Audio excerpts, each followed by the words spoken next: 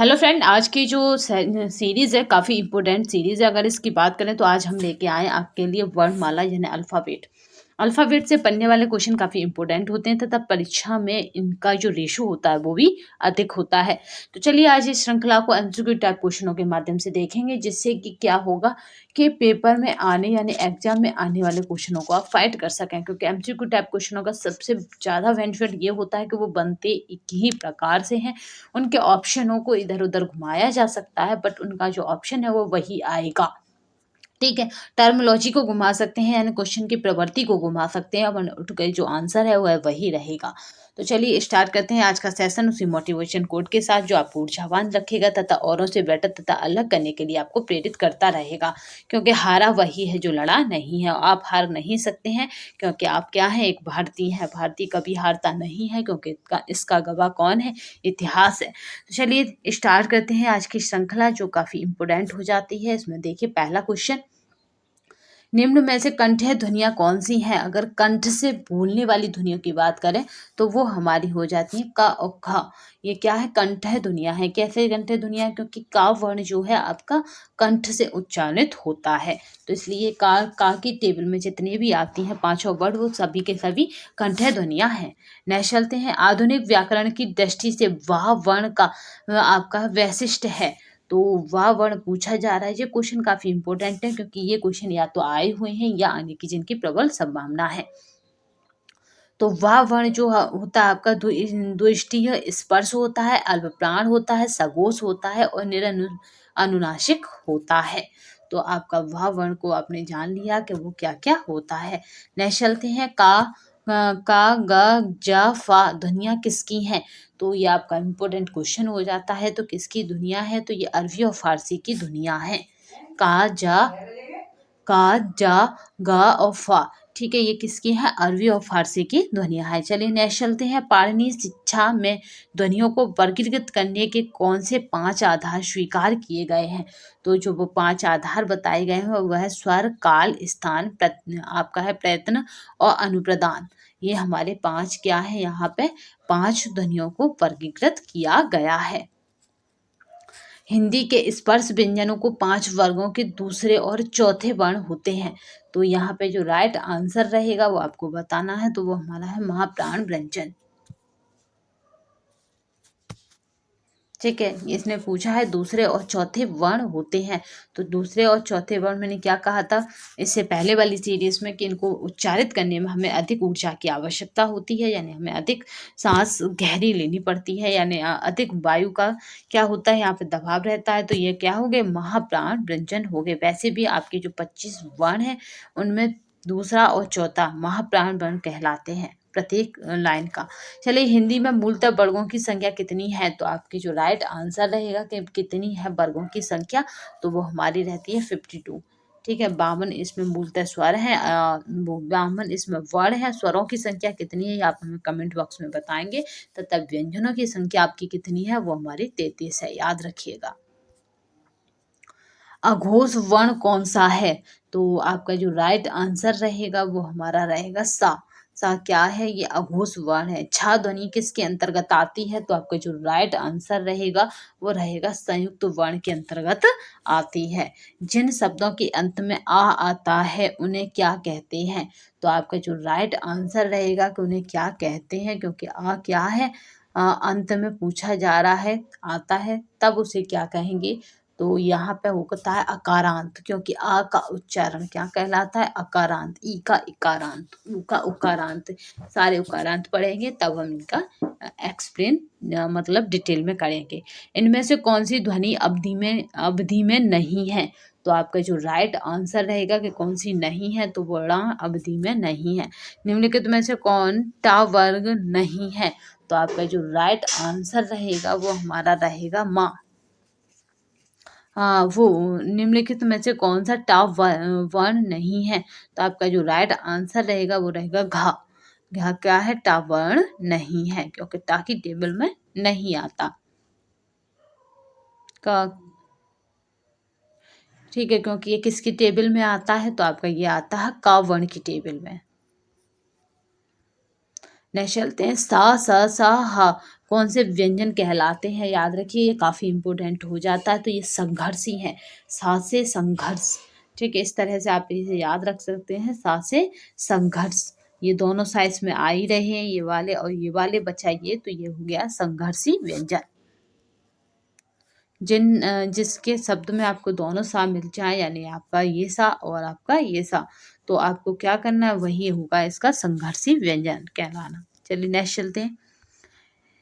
निम्न में से कौन स्वर नहीं है, तो आपका जो राइट आंसर बनेगा, क्योंकि हमें स्वर और व्यंजन भी याद रखने हैं, तो ये पूछा जा रहा है कौन स्वर नहीं है, तो आपकी छोटी अंग है, ये स्वरों में नहीं है।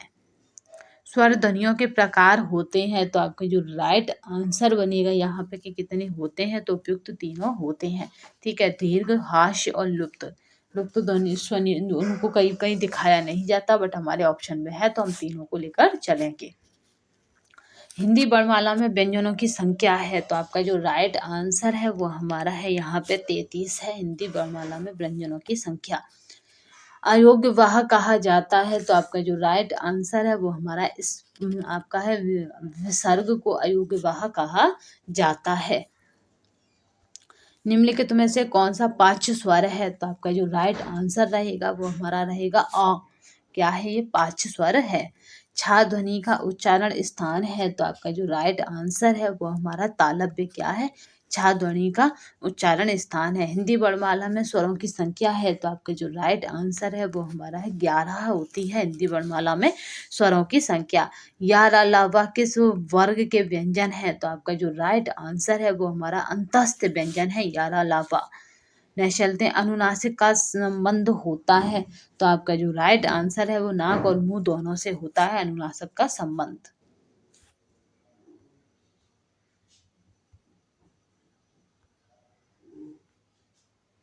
चलिए और क्वेश्चनों को देखते हैं।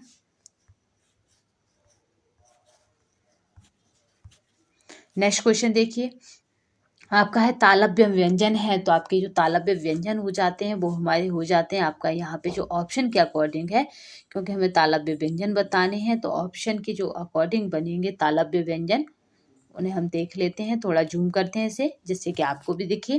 जो PDF है आपको टेलीग्राम पर विद आंसर मिल जाएगी। तो आपके यहाँ पे तालव्य व्यंजन है वो है च छ ज झ, यानी आपके जो चा से शुरू होने वाले वर्ण हैं वो सभी तालव्य में आते हैं। यानी चाचा ने ताऊ से बोला, तो ये सभी कितने हैं, तालव्य से बोले जाते हैं। हिंदी की वा ध्वनि है, तो आपका जो राइट आंसर बनेगा वो हमारा बनेगा ओष्ठ्य ध्वनि है हिंदी की वा ध्वनि। निम्नलिखित ध्वनियों में से कौन सी दंतोष्ठ है, तो आपका जो राइट आंसर बनेगा वो हमारा बनेगा वा। ये क्या है, दंतोष्ठ है। सही कथन चुनिए, तो आपका जो राइट आंसर है वो हमारा या और वाह ध्वनियां कहलाती हैं।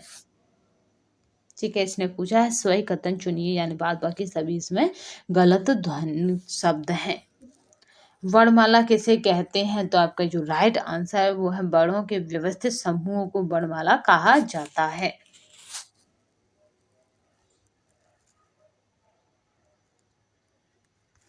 चलिए नेक्स्ट क्वेश्चन देखते हैं, काफी इंपोर्टेंट इसमें क्वेश्चन है। हिंदी की सा ध्वनि है, तो आपका जो हिंदी की सा ध्वनि है वो कैसी है, तो सा हमारी तालव्य है, यानी तालु से बोली जाती है।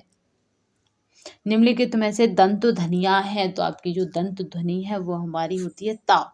ता ध्वनि क्या है, हमारी दंत ध्वनियां। निम्नलिखित में से कंठ ध्वनियां कौन सी हैं, तो आपका जो राइट आंसर है वो हमारा है यहाँ पे क और ख, कंठ ध्वनियां कहलाती हैं। किस वर्ण का उच्चारण स्थान कंठ तालु है, तो आपका जो राइट आंसर रहेगा वो हमारा रहेगा यहाँ पे ए। ऐ जो है ऐ, इसका उच्चारण स्थान कंठ और तालु दोनों होता है। आपका ओ और औ किस प्रकार के वर्ण होते हैं, तो आपका जो राइट आंसर रहेगा यहाँ पे वो होते हैं आपके कंठोष्ठ। ठीक है, कंठ और होष्ठ से बोले जाते हैं। निम्नांकित अघोष अल्प प्राण ध्वनियां कौन सी हैं, तो आपका जो राइट आंसर रहेगा वो हमारा रहेगा यहाँ पे अल्प प्राण पूछा है, तो का और ता क्या है, ये अल्प प्राण ध्वनियां हैं। निम्न में से कौन एक अल्प प्राण ध्वनियां हैं, तो आपका जो राइट आंसर रहेगा यहाँ पे क्वेश्चन देखते हैं, निम्नांकित अघोष अल्प प्राण ध्वनियाँ कौन सी हैं? तो आपका जो राइट आंसर रहेगा वो रहेगा क और ता अल्प प्राण ध्वनियाँ। फिर क्वेश्चन है, निम्न में से कौन एक अल्प प्राण ध्वनि है? तो आपका जो राइट आंसर रहेगा वो हमारा रहेगा क, ये अल्प प्राण ध्वनि है। दा ध्वनि का उच्चारण स्थान के आधार होता है। तो आपका जो राइट आंसर है वो हमारा रहता है यहाँ पे दंत से। ठीक है, दा किससे बोलता है? दंत से। निम्न में से कौन ध्वनि अंतस्थ नहीं है? तो आपका जो राइट आंसर रहेगा कि अंतस्थ नहीं है तो वो हमारा है बा, अंतस्थ ध्वनि नहीं है। निम्नलिखित में से कौन आपका मूर्धन्य ध्वनि नहीं है? तो आपका जो राइट आंसर रहेगा कि मूर्धन्य ध्वनि नहीं है तो वो हमारा रहेगा ड। कामता प्रसाद गुरु ने आपका बाह्य प्रयत्न के अनुसार व्यंजनों के कितने भेद मान? तो आपका जो राइट आंसर रहेगा वो हमारा रहेगा 2 माने हैं।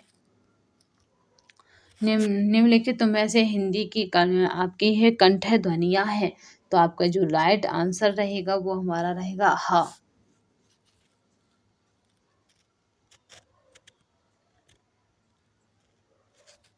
नेक्स्ट चलते हैं।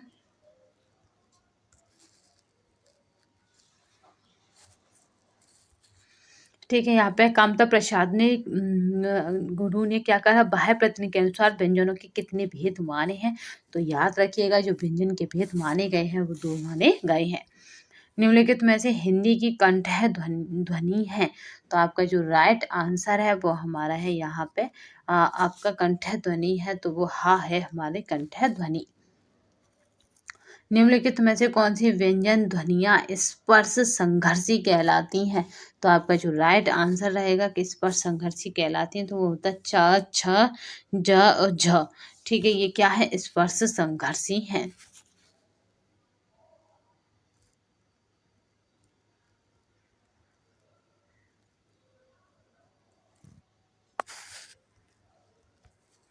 उच्चारण की दृष्टि से व ध्वनि है। तो आपका जो राइट आंसर रहेगा कि क्या है व ध्वनि? तो यहाँ पे जो राइट आंसर रहेगा वो हमारा रहेगा यहाँ पे आपका दंतोष्ठ है। हिंदी की ओष्ठ है व्यंजन ध्वनि है। तो आपका जो राइट आंसर है वो हमारा है भ। यह क्या है? आपकी ओष्ठ है व्यंजन है। हिंदी की मूर्धन्य ध्वनियाँ हैं। तो आपका जो राइट आंसर है वो हमारा है ट, ठ, ड, ढ। ये क्या है? मूर्धन्य ध्वनियाँ हैं। निम्नलिखित व्यंजनों में से कौन महाप्राण है? तो आपका जो राइट आंसर रहेगा वो हमारा रहेगा महाप्राण की पूछा जा रहा है तो यहाँ पे रहेगा ठ। क्या है? महाप्राण है। हिंदी की अग्र का आवृताकार समृद्ध स्वर ध्वनि है। तो आपका जो राइट आंसर रहेगा वो हमारा रहेगा ई। यह है आपका है समृद्ध स्वर ध्वनि। हिंदी की स्पर्श घोष महाप्राण आपका है ओष्ठ व्यंजन ध्वनि है। तो आपका जो राइट आंसर रहेगा यानी सब कुछ है उसमें तो वो हमारा होता है भा। ये होती है होस्ट आपकी होस्ट व्यंजन ध्वनि।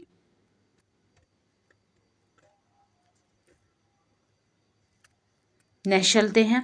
निम्नलिखित में से कौन सा स्वर समृद्ध है? तो आपका जो राइट आंसर रहेगा वो हमारा रहेगा ई। क्या है? समृद्ध स्वर है। निम्न में से अर्ध स्वर कहलाता है। तो आपका जो राइट आंसर है वो हमारा है खा को क्या कहा जाता है? बहुत इम्पोर्टेंट है। निम्न में से यहाँ देखिए निम्न में से अर्ध स्वर कहलाता है। तो 3047 का आपका रहेगा अर्ध स्वर कहलाता है तो वो हमारा होता है या। ये कई बार एग्जामों में पूछा जा चुका है क्योंकि कन्फ्यूजन का कारण ये बनता है कि यहाँ एक भी स्वर किसी को दिखाई नहीं देता है अमूमन। बट अर्ध स्वर की बात करें तो या को हम अर्ध स्वर की संज्ञा देते हैं। नेक्स्ट चलते हैं आपका। निम्न में से कौन व्यंजन अल्प प्राण है? तो व्यंजनों को भी अल्प प्राण कर दे तो वो हमारा आंसर होता है च। निम्न में से कौन सा वर्ण स्पर्श व्यंजन नहीं है? तो आंसर जो रहेगा कि इसमें से स्पर्श व्यंजन नहीं है। तो यहाँ पे जो राइट आंसर रहेगा वो हमारा रहेगा या।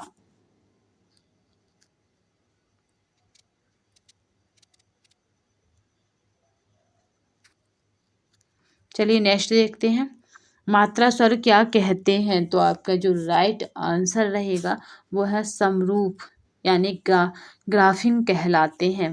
आपके मात्रा स्वर को क्या कहते हैं? तो समरूप कहते हैं। भाषा निर्माण की इकाइयों को सही के अनुक्रम है, तो आपका जो राइट आंसर रहेगा वो आपको बताना है कि कौन सा अनुक्रम है। तो ध्वनि, शब्द और पद और वाक्य, ये सभी क्या है? आपके अनुक्रम है।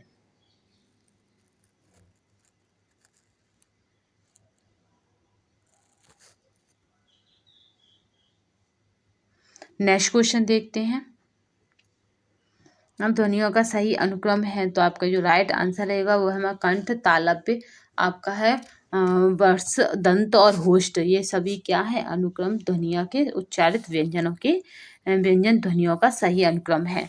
नेक्स्ट चलते हैं, निम्नलिखित होष्ठ ध्वनि नहीं है, तो आपका जो राइट आंसर है कि कौन सी होष्ठ नहीं है? तो आपका है चा में, ये होस्ट नहीं है। अनुनासिक व्यंजन कौन से होते हैं? तो आपका जो राइट आंसर है वो हमारा है वर्ग का पंचमा अक्षर क्या है? अनुनासिक व्यंजन कहलाते हैं। आपका होस्ट ध्वनियों का उदाहरण है, तो आपका जो राइट आंसर है वो हमारा उ क्या है? होस्ट ध्वनियों का उदाहरण है।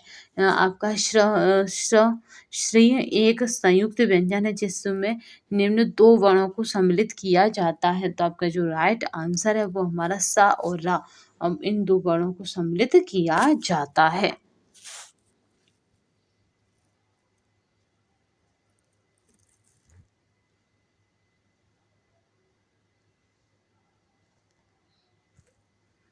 तो जो आपको टेलीग्राम पे पीडीएफ मिल जाएगी, तो आपको टेंशन लेने की आवश्यकता नहीं है, क्योंकि ये विद आंसर आपको टेलीग्राम पर मिलेगी। नेक्स्ट क्वेश्चन देखते हैं, यहाँ पे आपका निम्नलिखित में से होस्ट ध्वनि नहीं है, तो आपका जो राइट आंसर हो जाएगा वो हमारा है, यहाँ पे हो ही चुका था चा में।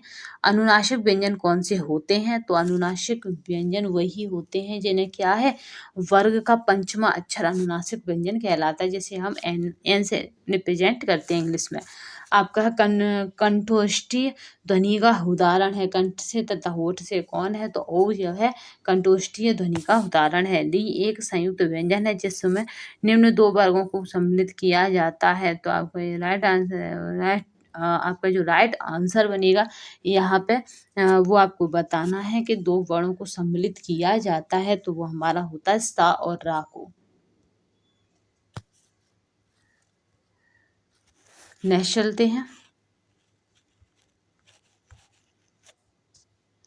नेक्स्ट देखिए, नासिकीय व्यंजन की पहचान करें, तो आपका जो राइट आंसर है वो हमारा है चूनिया क्या है? नासिकीय व्यंजन है, क्योंकि पंचमा अक्षर है। स्वरों के उच्चारण में लगने वाले समय को कहते हैं, तो यहाँ पे जो राइट आंसर बनेगा वो आपको देना है, तो यहाँ पे जो राइट आंसर बनेगा उन्हें कहते हैं मात्रा।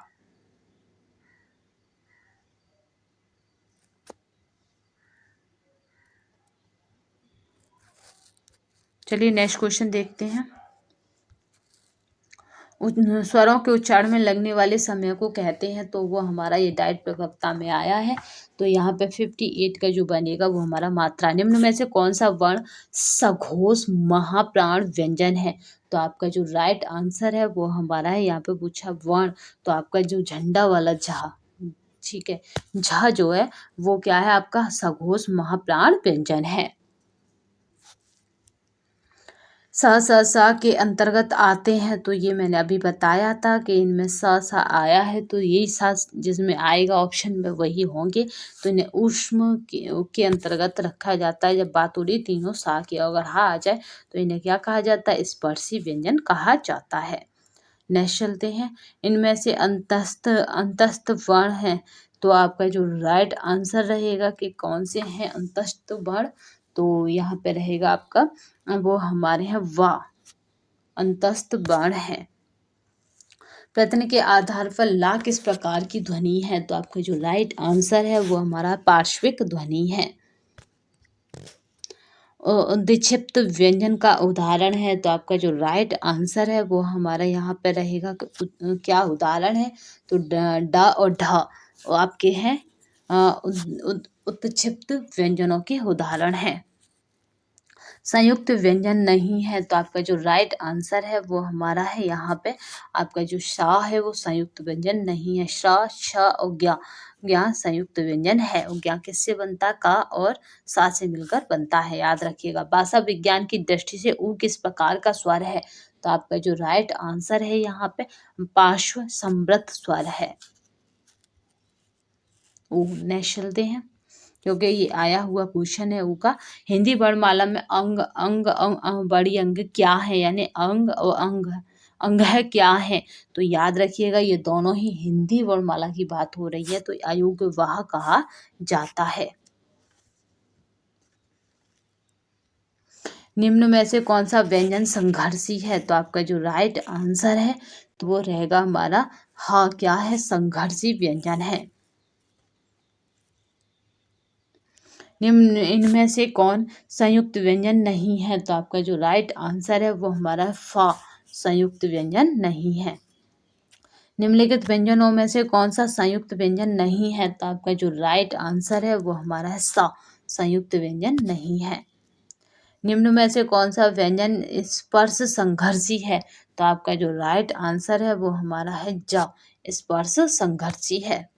हिंदी शब्दकोश में छ का क्रम किस वर्ण के बाद आता है? तो आपका जो राइट आंसर है वो हमारा है का के बाद आता है छ, क्योंकि छ जो बनता है वो का प्लस सा से मिलकर बनता है, इसलिए का के बाद छ आता है। कई बार पेपरों में रिपीट हो चुका है। ए के उच्चारण स्थान का नाम है, तो आपका जो राइट आंसर है वो आपको बताना है यहाँ पे। तो हमारा नाम होता है आपका कंठ तालव्य, ये होता है एक उच्चारण। नेक्स्ट क्वेश्चन देखते हैं, कौन सी ध्वनि महाप्राण नहीं है? तो आपका जो राइट आंसर है कि कौन सी ध्वनि महाप्राण नहीं है, तो वो हमारा राइट आंसर जो बनेगा वो बने जा। ये महाप्राण ध्वनि के अंतर्गत नहीं आता है, क्योंकि वर्ड का दूसरा और चौथा क्या होता है? महाप्राण ध्वनि के अंतर्गत आते हैं। निम्न में से कौन सा व्यंजन पार्श्विक है? तो आपका जो राइट आंसर बनेगा वो बनेगा हमारा ला। ला क्या है हमारा? बहुत बार पूछा जा चुका है, तो ये क्या है? हमारा पार्श्विक व्यंजन है। तो आज के लिए इस सीरीज में हमने मोस्ट इम्पोर्टेंट क्वेश्चनों को देखा जो एमसीक्यू टाइप्स थे, ठीक है। क्योंकि एमसीक्यू टाइप क्वेश्चनों की सबसे अच्छी विशेषता ये होती है कि उनसे पेपर क्रैक होने में, यानी पेपर में ज़्यादा से ज़्यादा स्कोर का लाने में भी हमें सफलता मिलती है। तो आज के लिए बस इतना ही। अगले सेशन में फिर मुलाकात होगी, फिर किसी एक नए टॉपिक के साथ। तब तक के लिए जय हिंद। अगर आप इस पर चैनल पर पहली बार विजिट कर रहे हैं तो इसे सब्सक्राइब करना ना भूलिएगा, तो क्योंकि आपको कभी भी हमारी लाइव क्लास मिल सकती है, क्योंकि उसका हम पहले से नोटिफिकेशन नहीं डालते हैं। तो जब भी लाइव क्लास हमारी आएगी तो आपके पास नोटिफिकेशन आ जाएगा। इसलिए अब तक आपने इसे सब्सक्राइब ना किया हो तो कर लीजिएगा, नहीं तो आप लाइव क्लास से नहीं जुड़ पाएंगे। और रहा इसके पीडीएफ का आंसर, तो आपको पीडीएफ के आंसर भी टेलीग्राम चैनल पर विद आंसर के मिल जाएंगे। तो तब तक के लिए बस इतना ही। अगली वीडियो में फिर मुलाकात होगी किसी एक नए टॉपिक के साथ। तब तक जय हिंद, जय भारत, वंदे मातरम।